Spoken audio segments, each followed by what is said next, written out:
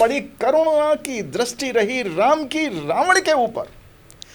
सोने की लंका तमाम भोग हैं तुम्हारे पास। बोले अब क्या चाहिए? बोले मोक्ष चाहिए। बोले मोक्ष लो। कोई रेस्ट्रिक्शन नहीं था रास रचाते वक्त कृष्ण का कि सुनो 6 फीट की दूरी रहना चाहिए गोपियों से, सुनो भाई ग्वाल वालों सुनो, क्योंकि भोगते हुए भी आप परम मोक्ष की अवस्था में होते हो।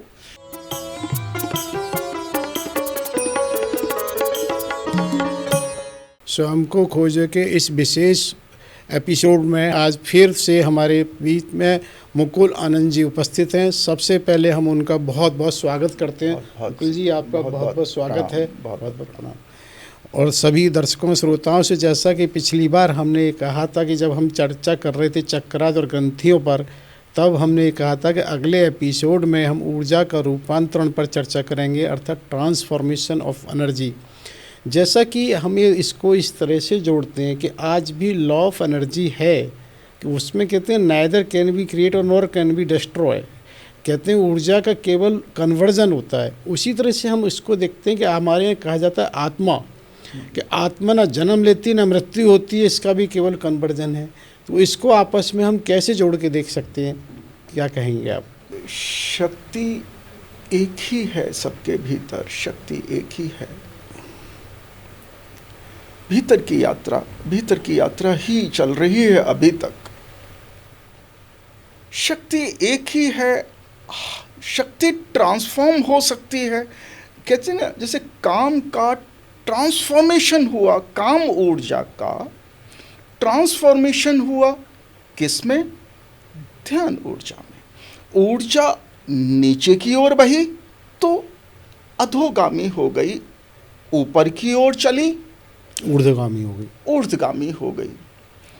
नीचे संसार व्याप्त हुआ, इच्छाई हुई भाई, काम बीज की इच्छा हुई बाहर की ओर जाने की, तो बाहर अब फैलो, बड़ा धन, बड़ी संपत्ति, लेकिन लौटे क्या है? क्या लोग चढ़ रहे हैं, जैसे ना चढ़ते चले गए। एक उतरने की कला मालूम है, चेतना का विस्तार और चेतना का संकुचन। ये दोनों, चेतना के दो पंख हो गए। चेतना का विस्तार बाहरी जगत में, बाहरी जगत से समेटोगे तो भीतरी जगत में फैलाओ। दोनों का संतुलन बनाओगे, वो एक आदर्श स्थिति है जिससे हम संसार में भी हैं और अंतर जगत में। शिव के नेत्र देखें, शिव के नेत्र वो आधे खुले आधे बंद।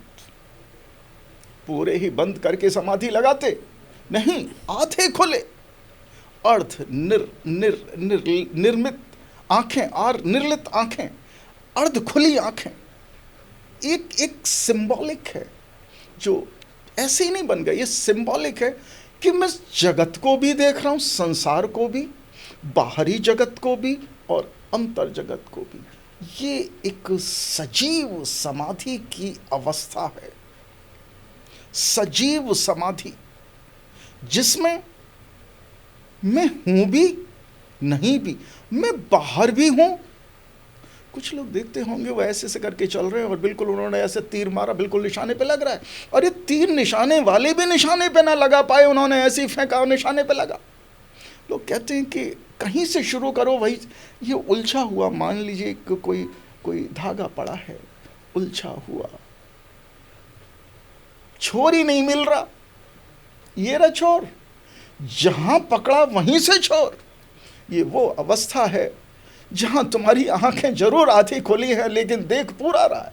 थर्ड आई एक्टिवेशन भी होता है, ये वाली आंख, यहां से एक्टिवेशन होता है। ऊर्जा का रूपांतरण, कन्वर्सन बहुत एक सतहिक एक बहुत ऊपरी तल से है कि कन्वर्ट हुई एनर्जी, काइनेटिक, स्टैटिक, ये स्थिर ऊर्जा, गति ऊर्जा, वो स्थिर ऊर्जा थी जो रुकी हुई थी सोई हुई अवस्था में, वो जागृत हुई, सुषुम्ना में प्रवेश हुआ। जंक्शन मिलेंगे 3, एक मिला यहाँ पे, जंक्शन मिला। जैसे कहते कुछ लोग, साथ में प्रैक्टिकल भी चल रहा है, कुछ लोग खान पीन खाओ बहुत, बोले आत्मा परमात्मा, बोले यार अभी एज भी नहीं है, अभी कोई दिलचस्पी भी नहीं है, अभी तो हमारी एज है, खाओ पियो मौज उड़ाओ, यही जीवन है, इसीलिए हमने जन्म लिया। ओके, तो वो मूलाधार के पूरे सुख भोगते हैं, लेकिन लौटना तो वापस है। एक दिन चेतना वापस लौटेगी तो क्या रहेगा। अब ये पूरे नीचे की जो कहते हैं ना, गंध कहाँ है, नाभि से नीचे ही गंध है। गंध बोले तो गंध को गंध भी नहीं कहना चाहिए, वासना, तमाम भोग, तमाम राक्षस, तमाम अंधेरा, तमाम कांटे। देवत्य मणिपुर से ऊपर का हिस्सा, हृदय से ऊपर का हिस्सा, हृदय न्यूट्रल है, हृदय दोनों को स्वीकार कर रहा है। शक्ति चढ़ के हृदय पे पहुंची या शिव उतरे हृदय तक। कहते एक चांद तारों का जमीन पे है मिलन आज की रात। तो जमीन के मिलन कहाँ संभव है, कैसे चांद जमीन पे उतर सकता है? उतरा तो है, कवियों ने कहा, ऋषियों ने कहा, कैसे वो प्रेम से परमात्मा तुम्हारे सामने झूठे बेर भी खा सकता है, प्रेम से उतर आता है हृदय तल पे, वैसे ना उतार पाओगे। तो ये शक्ति का जो ट्रांसफॉर्मेशन है ना, तो यहाँ से छूटा हृदय तल पे आए। हृदय तल पे जब पहले, जैसे परशुराम जी को हुआ, पहली किरण जब हृदय तल पे आई तो उन्होंने कहा तुम परमात्मा हो। वो कह रहे हैं मैं तुम्हारा दास। उनसे पूछा कुछ वो चौपाई है कि वो मुझे नहीं पता, वो कुछ चौपाई है जिसमें उन्होंने अपना प्रकटीकरण किया है कि मैं तो प्रभु तुम्हारा दास हूँ। क्या नाम है तुम्हारा? बोले मैं तो प्रभु तुम्हारा दास हूँ, मुझे राम कहते हैं, मैं दास हूँ। ओहो, कुछ हुआ, कुछ क्लिक हुआ, एक किरण। इतना क्रोध में दूसरे ने हाथ जोड़े कि प्रभु उस क्रोध को भी प्रणाम है। पहली किरण आई, अब छूट गए हथियार। उसके बाद परशुराम ने हथियार छोड़ दिए, किसी पे भी प्रहार नहीं किया है उसके बाद। जो आज परशुराम जो वो फरसा जो उनका आयुध है उसको लेके वो हैं जो बेफोन हैं जब क्षत्रियों का नाश किया। जब हृदय तल पे जब हुए वो, तब भगवान हुए, भगवान परशुराम। ये बीच की उनकी भी यात्रा थी। अब एनर्जी हृदय पे आई, रुक सकते, यहां रास है, मजाक नहीं है, कोई रिस्ट्रिक्शन नहीं था कृष्ण का कि भाई सुनो गोपियां ही आएंगी, ग्वालवाल नहीं आएंगे, कोई रेस्ट्रिक्शन नहीं था। वो एक ओपन मंच था, बोले नृत्य। ये ब्रह्मचर्य जब सधता है तो शरीर का तल रहता ही नहीं है, काम रहता ही नहीं, काम होता ही नहीं है, सिक्का पूरा उल्टा, काम विलीन हो गया उस वक्त के लिए जब तुम्हारे पास ब्रह्मचर्य है। अब काम है तो फुल टोटल में काम है, ब्रह्मचर्य है तो पूरा है। यहाँ शुद्ध प्रेम है, यहाँ रास है, नीचे भैरव भैरवी है। एक आई होगी चीज, 64 योगिनी गावत निरत करत भैरव। वो कहाँ खड़े हैं भैरव और कहाँ हैं 64 योगिनियाँ, और कर क्या रहे हैं? जो कि नृत्य कर रहे हैं। भैरव नृत्य कर रहे हैं उस स्थिति में जहाँ 64 योगिनियाँ गा रही हैं। वो 64 कलाएं हैं। वो नीचे की पूरी, जैसे कितना पूरी तृप्ति ऊपर बढ़े, हृदय पे किरण आई। यहाँ पे शुद्ध प्रेम है, प्रेम है, लेकिन भूल मत जाना क्रोध मौजूद है, क्योंकि नीचे के चक्रों को वो सिक्के उल्टे हैं, खत्म नहीं हुआ। कहते हैं तुम इतने प्रेमवान हो, क्रोध तो नहीं होना चाहिए, तुम में इतना क्रोध है, तुम में प्रेम तो हो ही नहीं सकते। गलत। करुणा के क्रोध के साथ एक तलवार है जिसकी दोनों तरफ धार है। क्रोध करुणा दोनों। कभी सुना होगा, वो कोई कसाई था, उसको उसका कृत्य, कोई कसाई था, हाँ, उसको उसने वहाँ लड्डू गोपाल रख रखे तो उससे ही तोड़ रहा था वो जो भी। तो लड्डू गोपाल ने कहा नहीं, कोई ले गया, उन्होंने कहा भाई मेरा तो वहीं मन लगा तो वहीं जाऊंगा, क्योंकि वहाँ मिल सकते हैं। कोई अभी पिछले एपिसोड में हुआ, कर्म इंपॉर्टेंट नहीं है। कभी दिखता है क्रोध के साथ छिपी हुई करुणा तुम्हें दिखाई नहीं दे रही कि होश में चलो 2 मिनट में गिर जाओगे, तुम झेल ना पाओगे, इसमें करुणा छिपी हुई है। तो परमात्मा की करुणा है। मनुष्य तो न जाने कामनाओं से वशीभूत, मन के वशीभूत, तमाम कामना एक ऐसा करता है जैसे हमारी स्थिति वो है जैसे हम एक कुएं में, छोटे बच्चे कुएं में लटक जाएं और कहें मैं तो गिरूंगा। अब उसने हाथ नहीं छोड़ा है भैया, वो छोड़ेगा तो अतल गहराई में चले जाओगे। तो वो जिद कर रहा है कि मुझे तो छोड़ दो, मैं तो कूदूंगा, मैं तो कूदूंगा। ये छोटे बच्चे के हाथ में रिवॉल्वर देना जैसा है। अगर एनर्जी का संतुलित एनर्जी ऊपर नहीं उठी, बिगड़ी हुई साधना ही कहते हैं। क्या लगता है कोई शख्स क्रिमिनल है, बड़ा क्रिमिनल है, बिना किसी पावर के क्रिमिनल है। वो कौन सी पावर है उसके पास? कह दिया तामसिक शक्तियां सिद्ध हैं, कोई कहता है शैतान सिद्ध है। भैया जब शैतान और एंजल और डेविल दोनों नीचे की ही ब्रांच हैं परम अस्तित्व की। एंजल, डेविल, शैतान, परमात्मा, दो ही पक्ष। वहाँ भी कल ये जो पिछले जो एपिसोड में कहा है कि नेगेटिव पॉजिटिव, शैतानियत, काली शक्तियाँ, किसी को कर्ण पिशाच नहीं। अरे भैया करेगी क्या? कर्ण पिशाच नहीं पहुँचाएगी स्व की अनुभूति तक। हर चक्र पर सिद्धियों का वास है। मूलाधार पे एक सिद्धि, इस पे एक सिद्धि, मणिपुर पे एक सिद्धि, यहाँ सिद्धि, वाक सिद्धि, दर्शन की सिद्धि। ये कहा गया था, उनको फर्क नहीं पड़ा। उन्हें साफ दिख रहा था यहाँ आज्ञा चक्र पे के बाहर क्या घट रहा है, उन्हें फर्क नहीं पड़ा। हर चक्र पे कोई ना कोई सिद्धि है। वो सिद्धि साधना के मार्ग पे स्वतः आएगी।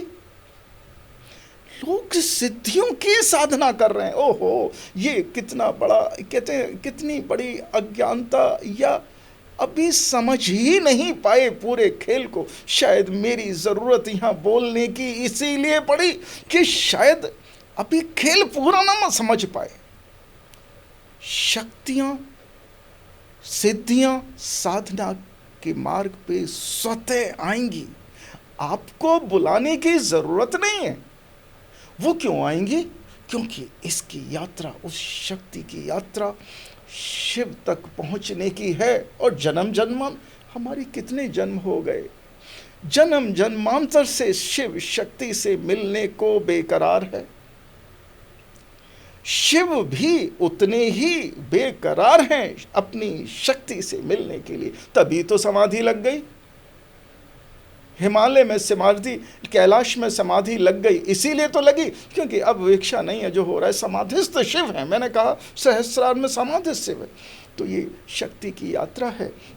इसके ऊपर चली, हृदय पे प्रेम पहली बार। देखिए काव्य फूटता है। काव्य, जितने भी आर्टिस्ट हैं, जैसे आर्टिस्ट हैं, वो हृदय तल पे आई एक किरण ऑटोमेटिक ही आई। इस जन्म की आपकी, जैसे अभी कहा, जहाँ से प्राण निकले, हो सकता है पिछले जन्म में जहाँ तुम्हारी मृत्यु हुई हो वहाँ वो हृदय तल पे हो, तो अब की बार हृदय तल पे लिया। बच्चा बहुत अच्छी सिंगिंग करता है, बच्चा बहुत अच्छा कवि है, आर्टिस्ट है, राइटर है, लेकिन अब इसकी शक्ति यहाँ से क्या ऊपर बढ़ने के लिए पावर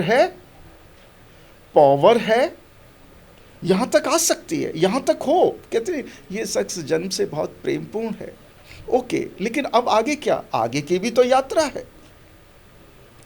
तो ये चीज़ है, हर एक पे शक्ति आएगी। जैसे कहते हैं ना, अब 2 की हो गई। जैसे गेम होते हैं, कंप्यूटर गेम, इनबिल्ट सॉफ्टवेयर है।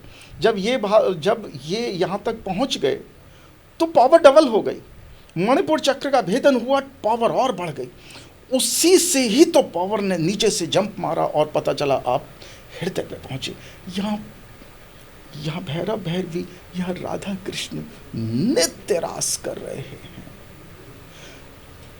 कभी कभी देखा होगा, ऋषि मुनि ब्रज में गए रास देखने, उनकी समाधि लग गई, सेकंड भर में समाधि लग गई। भैया तुम जिस चीज के खिलाफ होके जंगल में गए, जिस चीज का दमन करके वैराग्य से, और वहां तो तमाम रस बह रहा है, समाधि लग गई, समाधि लग ही जाएगी, और रे समाधि लगी जाएगी। तो यहां राधा कृष्ण नित्य, यहां भैरव भैरवी नृत्य कर रहे हैं 64 योगिनी के साथ, भैरव भैरवी के 64 रूप, यहां राधा कृष्ण नित्य रास कर रहे हैं। यही बंसी की धुन है। इससे ऊपर यहां, जब यहां से तृप्ति हुई, यह है बैकुंठ। बैकुंठ क्या है? बैकुंठ हृदय तल पे जीवन जीना बैकुंठ है। परम मौज की व्यवस्था होती है, लेकिन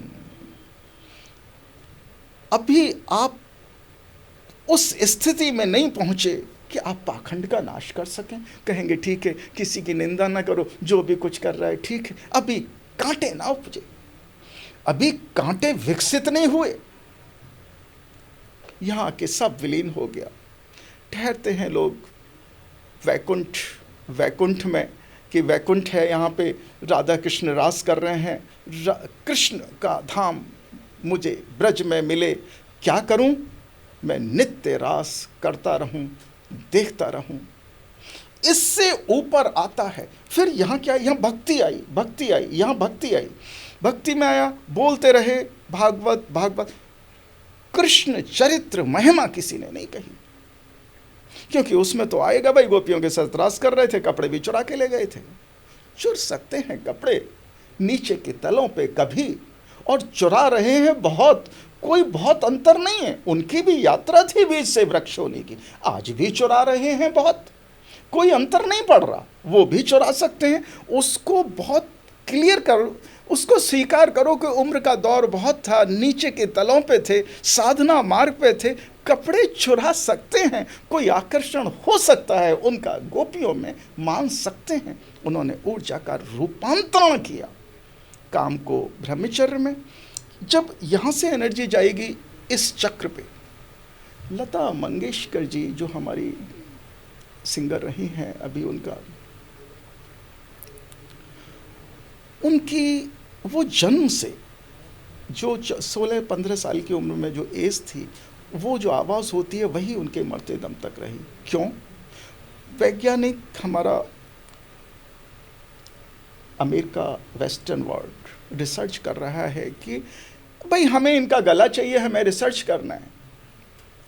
उनका अनाहत चक्र जन्म से विकसित था और पूरी एनर्जी यहीं रही, यहीं से उनके प्राण निकले। ऊपर की यात्रा नहीं हुई और सिंगिंग उनके मुकाबले आज तक नहीं हुई। व्यक्त करने की सामर्थ्य जो आपके भीतर है, अघोर अपने आप को व्यक्त ना कर पाए। किसी ने क्रोध में व्यक्त किया, किसी ने, चैतन्य महाप्रभु ने नाच के व्यक्त किया, मीरा ने गा के नाच के व्यक्त किया। जो व्यक्त वाणी से नहीं किया, वाणी से व्यक्त, शब्दों में व्यक्त नहीं किया, किसी ने कृत्य में व्यक्त किया। अनाहत चक्र पे जब ऊर्जा आएगी और ये पूरा, तो यहां से व्यक्त, अभिव्यक्त, व्यक्ति, व्यक्त करना कि परत दर परत बहुत बारीक निकाल सकते हो। कंठ चक्र के नीचे हृदय और इसके ऊपर आज्ञा चक्र, इन दोनों चक्रों के ऊपर ये और मुख। तो ये यहाँ तक की यात्रा हुई, इसके ऊपर आज्ञा चक्र, पूरा इंद्रजाल, इंद्रजाल, और इसको फलांग पाई ऊर्जा। तो सहस्रार्थक शक्ति शिव से मिल के ही रहेगी, और ये उससे पहले रुकेगी ही नहीं असल में, समझे, उससे पहले रुकेगी नहीं। तो ये पूरा पूरा है जो व्यक्त किया है। क्या होता है कि शिव शक्ति और उन तक आम आदमी नहीं पहुंच सकता, नहीं समझ सकता, लेकिन एक चीज़ भौतिक रूप से हम देखते हैं कि चाहे हम शिव को देखें, शक्ति को देखें, माता को देखें, गणेश जी को देखें, किसी को देखें, ब्रह्मा जी को देखें, माता सरस्वती, सबको कमल पर ही धारण कराया जाता है। आखिर वो कमल को ही क्यों? क्योंकि कमल आज भी इसकी प्रॉपर्टी तो हम देख ही सकते हैं। उस कमल को देखना दुर्लभ नहीं है।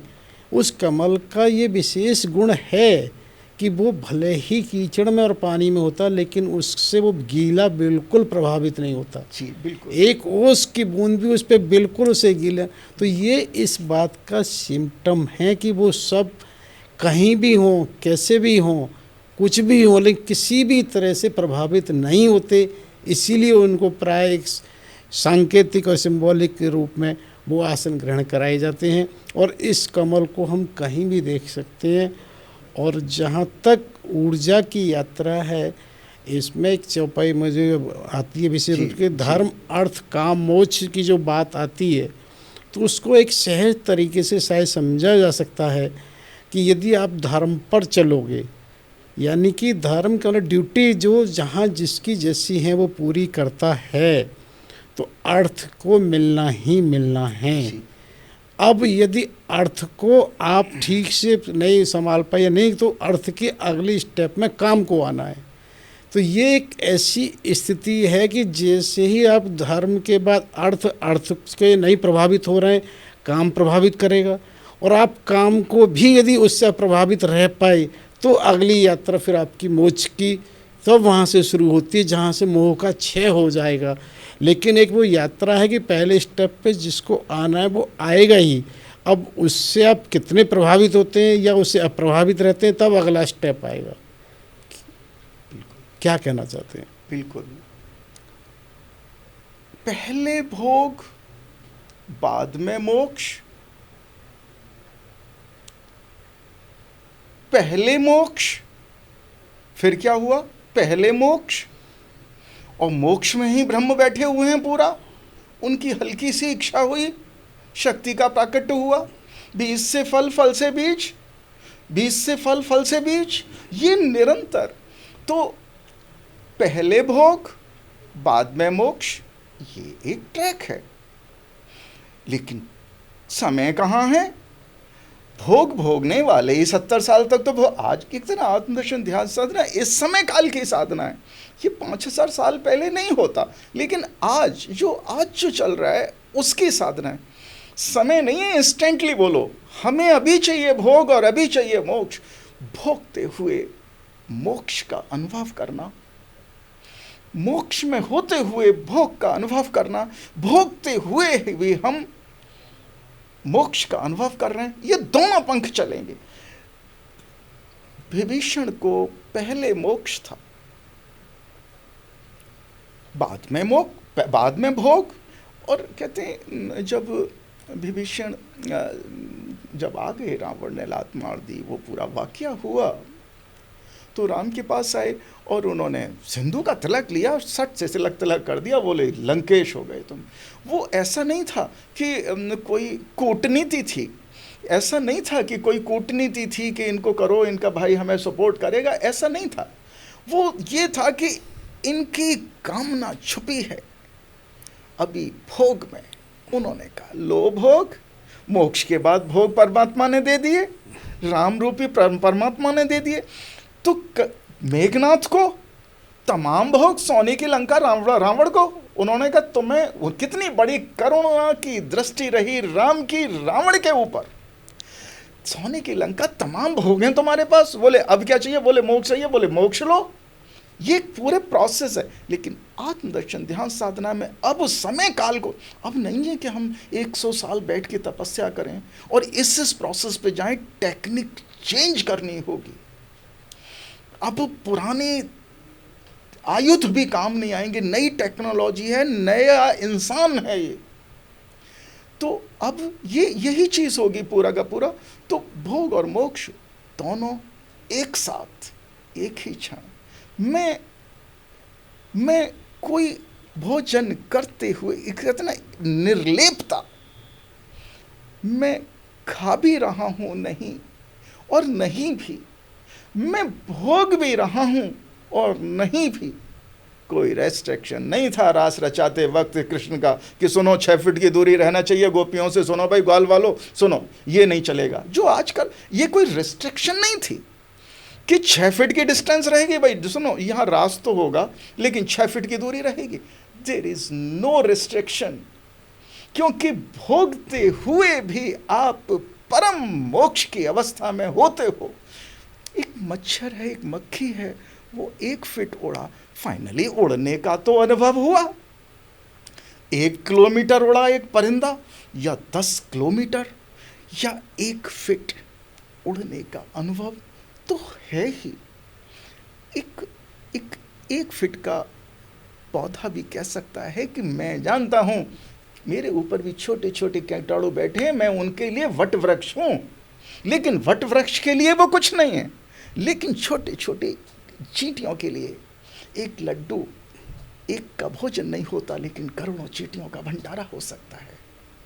बोला गया है भाव का फर्क पड़ता है, कर्म का नहीं। आपने कहा ये लो बताशा एक और ये प्रसाद है, और बिल्कुल मैंने कहा लिया, मैंने ऐसे लिया और आपके सामने ही ऐसे किया और ऐसे बाहर फेंक दिया। आपको दिखा क्या है, लेकिन मेरा भाव है कि करोड़ों करोड़ चींटियां वहां भूखी बैठी हैं, मैंने भंडारा कर दिया उनका। तो भंडारे का बहुत अलग है ये, भोग और मोक्ष दोनों, और दोनों एक साथ। बिल्कुल है। जो अभी आपने कहा कि विभीषण को मोक्ष के बाद भोग दिया और उधर रावण को, तो इस रावण वाले प्रसंग को हमने स्वयं को खोजो कि एक एपिसोड में रावणोपदेश करके दिया था, जहाँ पर वो लक्ष्मण जी को उपदेश में स्पष्ट कहते हैं राम मुझे मारना नहीं तारना चाहते हैं। इसीलिए उन्होंने ये सब कुछ कराया, और वो स्पष्ट कहते हैं कि अंतिम समय में क्यों तुम्हारे को मेरे पास भेजा है, क्योंकि इस समय जो मेरी मनोदशा है उस उपदेश और उसकी हो गया है कि मैं स्वयं वहाँ पहुँच गया। अब वो इसीलिए आखिर में ये कहते हैं कि नहीं अब मेरा समय है और केवल मुझे राम दर्शन की इच्छा है। जैसा कि उन्होंने उस समय उनसे वचन दिया था, जब वो उनको एक पुरोहित बनाया था, जब पूजा की थी, तो उस समय उनके वचन की मर्यादा पूरी करने के लिए स्वयं वहाँ वो उपस्थित होते हैं, और स्वयं उपस्थित होते हैं तभी उसकी ज्योति उसमें प्रभु में विलीन हो जाती है। आज फिर आपने बहुत बहुत अच्छा वो किया, और आपका एक बार फिर आभार व्यक्त करता है।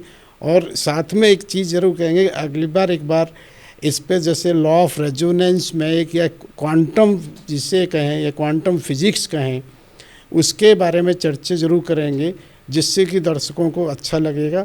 अंत में आपका, क्योंकि समय बहुत हो गया है, फिर एक बार बहुत बहुत आभार व्यक्त करते हैं, और सभी श्रोताओं और दर्शकों का भी बहुत बहुत आभार।